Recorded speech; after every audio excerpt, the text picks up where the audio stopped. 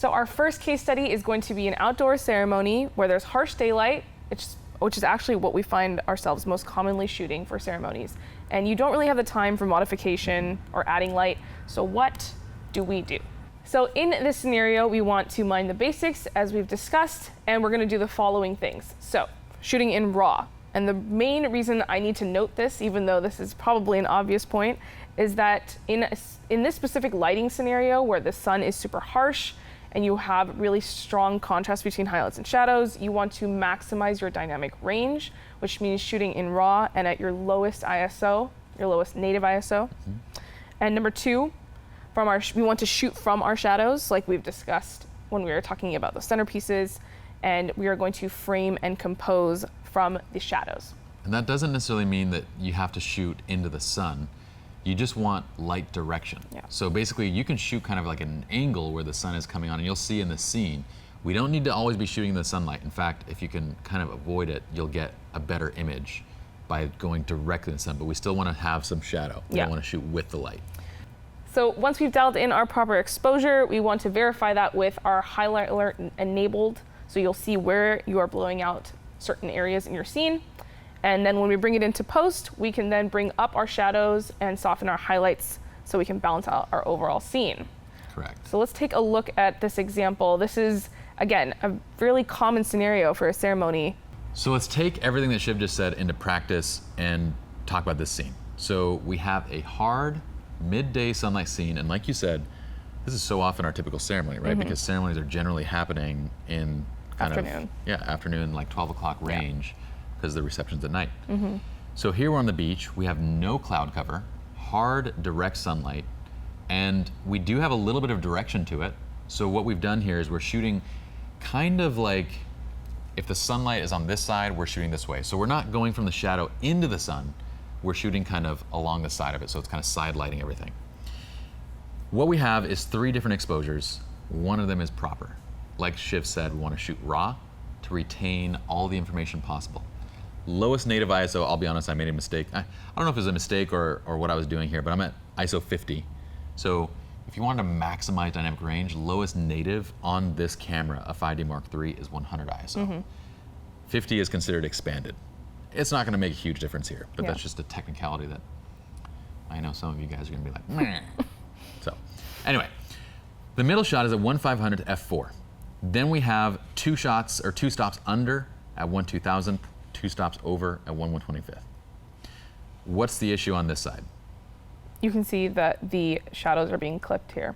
Yeah, we brighten that up, it's going to go green, we're going to have a lot of noise, it's not going to look good. What about here? And our highlights are being blown over here. Now, why would you, if I were to shoot this and say I wanted to go for a filmic look, would this be okay?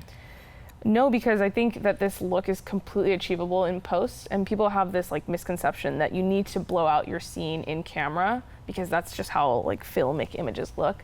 But you could totally achieve that at the right exposure, which is in the center. Absolutely, and the thing is that people have this miscomprehension about film. When you look at it on a computer screen, it looks like the highlights have gone white, but in reality, if you look a little closer, generally a well-shot film image, the blues and those tones in the clouds, they go bright, but they don't get blown out. Yeah.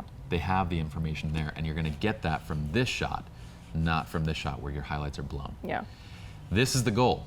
We get there by turning on the histogram, going to live view, and making sure that you get the shadows retained and making sure that you retain as much of the highlights as possible while pushing to the right. So if you're gonna let anything go in the shot, let the highlights go, don't clip your shadows. Yeah, and we talk about, in the previous slide, enabling your highlight alert, which is gonna also help pinpoint where exactly you're blowing out certain areas in your scene.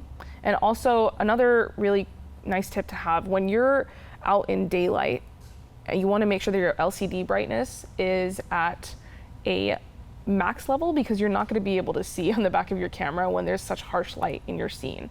Just make sure that you turn it back down when you're going into a shadow area or when you're going back indoors. We talk about this in Shoot to Post, about how there are 3 things that are going to help you with your exposure, and that's your histogram, your highlight alert, enabling that, and your LCD brightness on your screen. And for the LCD brightness, for those of you that don't want to leave it on max, just set it to a constant. Yeah. So just don't let it be an auto where it's going up and down. Yeah. But having it bright in scenes like this helps tremendously so that you can actually see it in midday light. Yeah. One other thing to remember is that we're on a 5D Mark III when this was shot, and that sensor is rated for 11 EVs, or 11.7. Typical cameras right now, like a D800 or D850 or Sony A7R III or A7R, I don't even know what numbers they're on, okay? It doesn't even matter. But these cameras on the high end are producing 14 or more stops of dynamic range. Yeah. 3 more than what this was doing at the time. A 5D4 today will do like up to 13 stops. So we have even more dynamic range than what's shown here in today's cameras. And on top of that, we were already able to do what we needed to do with this camera. So you have more than enough information. You want to shoot natural with this look, this is the way to go. Yeah. Let's show them what this looks like in post. So in post, what are we basically aiming to do? So we essentially maximize our dynamic range in our first image in our raw file. And in post, we want to lift our shadows and bring down our highlights so that we can balance out the scene. And in this particular shot, we were going for a more filmic set of images. So you'll see when we go further into examples, but you'll see that the highlights are brought down and our shadows are lifted and our tonality has changed a little bit. Yeah, it's a very soft, kind of almost pastel vibe to it. Yeah.